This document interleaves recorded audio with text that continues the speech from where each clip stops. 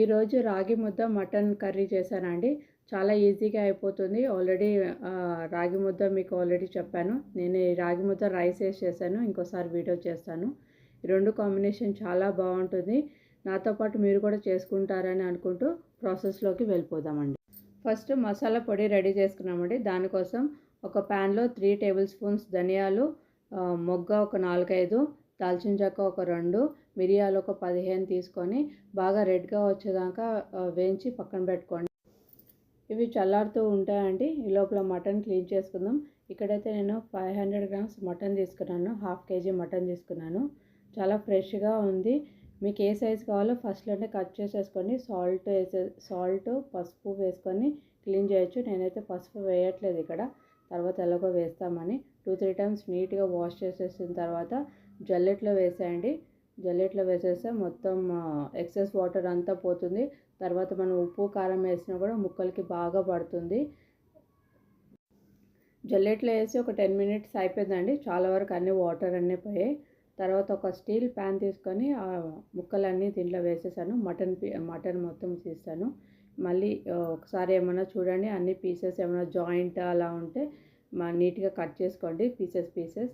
ఇప్పుడు నేను పసుపు వేసుకున్నాను, తర్వాత సాల్ట్ వేసుకున్నాను, కారపొడి వేసుకున్నాను, అల్లం వెల్లుల్లి పేస్ట్, ఇవన్నీ వేసేసి బాగా ముక్కలకి పట్టించండి. నానుతుంది అది.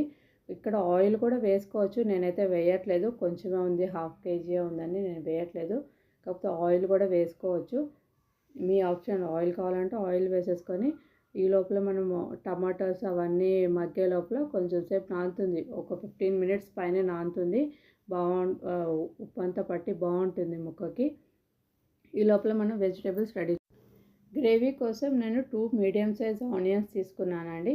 అవి చిన్న పీసెస్ కట్ చేసుకున్నాను. పచ్చిమిర్చి ఒక 2 తీసుకున్నాను. మీడియం సైజ్ టమాటా ఒకటి తీసుకున్నాను. ఇక్కడ టమాటా నేను 1/2 కేజీ అని పీసెస్ తీసుకున్నాను. ఎక్కువ క్వాంటిటీ ఉన్న వాళ్ళు టమాటా పేస్ట్ వేసేసుకోవచ్చు మిక్సీలో. కొత్తిమీర కట్ చేసుకున్నాను.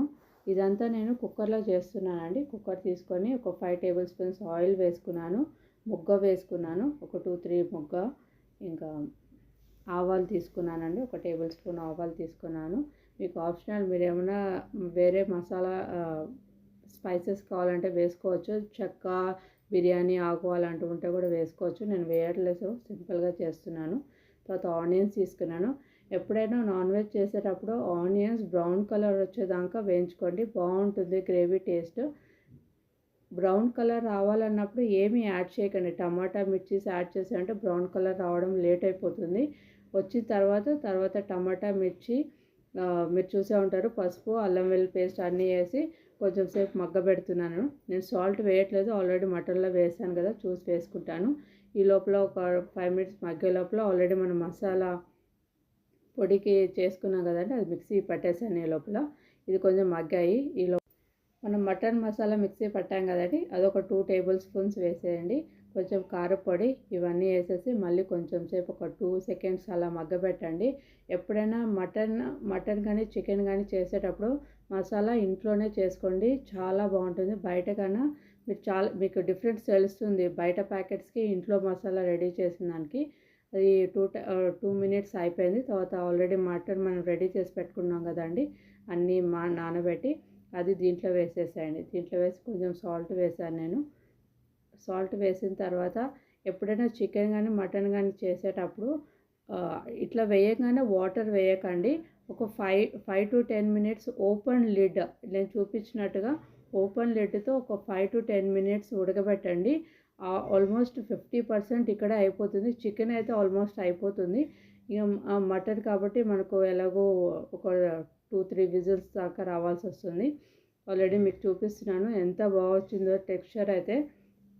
తర్వాత మీకు ఎంత గ్రేవీ కావాలో అంత గ్రేవీ వాటర్ వేసుకోండి.